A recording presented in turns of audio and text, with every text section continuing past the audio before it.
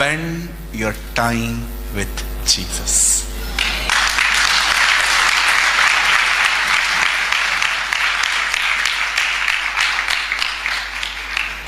सुलेमान कहता है, घने जंगलों में मेरा प्रेमी सेब के पेड़ के समान है. In all the tree of forest, my beloved is like a apple tree. वो जो महान है उसके साथ समय बिताओ. आप जानते हैं इस दुनिया की पहली संगति बैठकर नहीं होती थी, चलकर हुई थी. आदम और परमेश्वर एक साथ चलते थे. कई लोगों को लगता है संगति का मतलब होता है आधा घंटा प्रार्थना करना, 15-20 मिनट दुआ करना, चलो भाई हो गया, अब पूरा दिन अपनी चलाएंगे. That is not fellowship. Fellowship जानते हैं क्या होती है? पुराने नियम में लिखा गया है God was a friend of Abraham.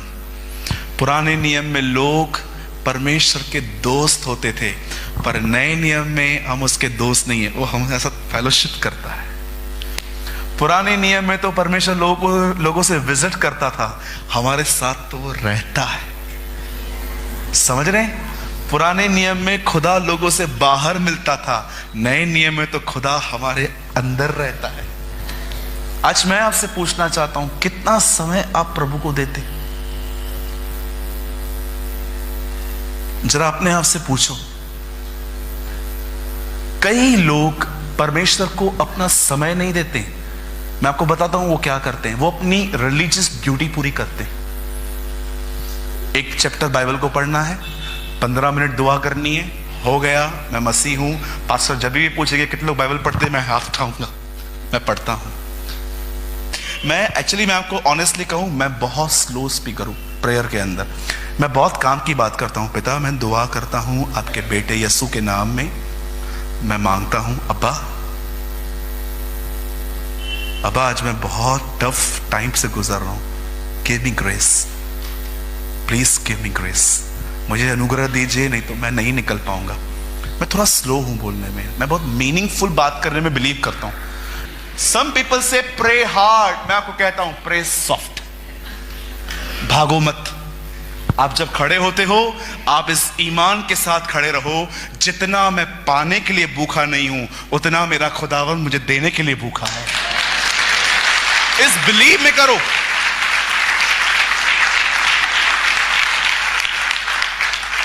Right? बोलो अपने बाजू वाले को, थोड़ा आंखें घूर के कहो उनको बोलो भागो मत.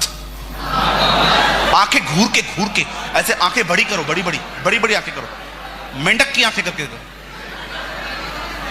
भागो मत. मीनिंगफुल प्रेयर करो. आओ, आराम से बैठो और ऐसे गीत गाओ जिन गानों में आपकी आत्मा मूव हो. जैसे मैं आपको एक गीत बताता हूं, आई ऑलवेज सिंग. मैं जब भी प्रभु के साथ रहता हूं, मैं इस तरह उसके सामने बैठ के मैं आराम से कहता हूं,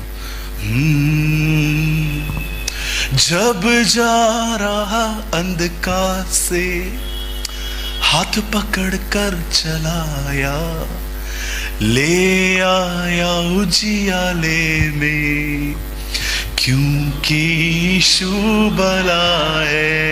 ऐ मेरे मन, प्रभु की तू आराधना कर, क्योंकि वो भला है. विश्वासहीन था मैं, विश्वास मुझे दिलाया अपना प्यार. आपको लगता होगा ये गीत है. नो, मैं सिर्फ प्रेम कर रहा हूं. कई लोग क्या करते हैं ना, जो दूसरे गीत गाते हैं ना, वही गीत गाते रहते हैं. मैं कहता हूं नहीं, जिस गाने में आपकी आत्मा मूव हो, ऐसे गीतों के साथ दुआ करो. और जैसे आप वर्शिप पूरी करो, उसके बाद आप उसे आराम से बिलीव कि वो आपको देख रहा है, उसका आप पे ध्यान है, और उसे कहो अब्बा लव यू. कौन है तेरे सिवा मेरे पीछे. वेट उसे don't just pray, maintain your relationship. अब्बा, इतनी साइलेंट प्रेयर्स करना भी सीख लो कि एक व्यक्ति आपके साथ में है, उससे भी नहीं पता चल रहा कि आप दुआ में हो। मैं ऑसम यीशु की एक लाइफ को देख के मैं बहुत ब्लेस्ड हुआ कि वो लाजर की कब्र पे गया और कहता है, पिता मैं जानता हूं तूने मेरी सुन ली, क्योंकि तू सदैव मुझे सुनता है। मैंने पूरे इसके पहले 4-5 अध्याय पढ़ लिए, यीशु ने कहां प्रार्थना नहीं की थी। कितनी बड़ी बात है। यीशु कभी कभी ऐसी दुआओं में रहता था कि किसको पता तक नहीं चलता था कि वो दुआओं में है। आज आपको, आपके पास, जिनके पास पर्सनल रूम्स हैं अपने, आप दुआ कर सकते हो, पर उनका क्या जिनके पास अपने कमरे नहीं है? लर्न करो। मैंने लोकल ट्रेन्स में, बाइक पे चलते हुए, कार में चलते हुए, फ्लाइट में जाते हुए, मैंने हर जगह पे दुआ करना सीख ली।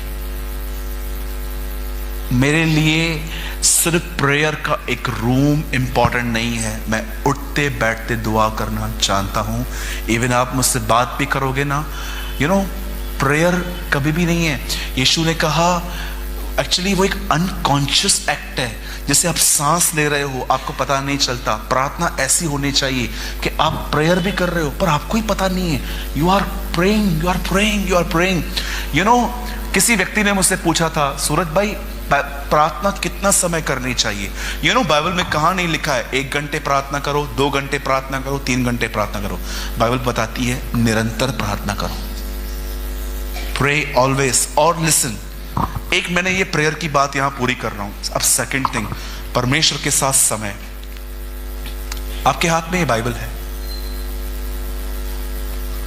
जो मैं आपको अब कह रहा हूं, इट्स वेरी इंपॉर्टेंट। ये मेरे हाथ में बाइबल है। एक परमेश्वर के महान जन ने कहा, इससे अच्छा कि बाइबल आप बाइबल में से 50 बार जाएं, उससे अच्छा बाइबल एक बार आप में से चली जाए। आपको पता है आजकल लोग हैं ना, ये देखिए, सब यहां देखिए, मेरे हाथ में ये बाइबल है। आपको पता है लोग क्या कर रहे हैं? ये बाइबल है, इसे पढ़ रहे हैं, पर मैं आपको बताना चाहता हूं, आपको सिर्फ बाइबल नहीं पढ़नी है, आपको यह देखना है कि इस बाइबल के अंदर यीशु के जीवन के लिए क्या लिखा है। I am not just studying the Bible, I use my Bible to understand the life of Jesus. मैं सिर्फ इस किताब को हाथ में नहीं लेता हूं, मैं इस किताब को उठाता हूं ताकि मैं जानूं कि यीशु कैसे जिंदगी जीते थे। और हर जगह पर मैं देखता हूं कि वो प्रार्थना कैसे करता था, वो स्त्रियों से बात कैसे करता था, पैसों की लेन देन उसकी कैसी थी। डोंट जस्ट रीड बाइबल कि बस मुझे वचन याद करने हैं, वचन याद करने। बहुत सारे जो लोग हैं ना, कई लोग जो ऐसे भी होते हैं, उनको लगता है वचनों को याद करना उन्नति है। अगर आप नए हो ओके, लेकिन अगर आप पुराने हैं तो आपको सिर्फ वचनों को याद नहीं करना है, उन्हें मनन करना है, उन्हें मेडिटेट करना है। यहोशू 1:8 में लिखा गया है, व्यवस्था की ये पुस्तक तेरे चित्त से उतरने न पाए। ऐसा नहीं लिखा गया है कि इसे दिन रात पढ़ो, लिखा है इसे दिन रात मनन करो। मैं आपको बताता हूं, एक दिन मैं बाइबल पढ़ रहा था, पतरस, यूहन्ना, याकूब पहाड़ पर गए। पतरस ने वहां पर कहा, प्रभु क्या मैं एलिया और मूसा के लिए तंबू बनाऊं? One question. एलिया और मूसा पतरस से 1000 साल पहले आए थे। पतरस को कैसे पता चला ये एलिया है, ये मूसा है?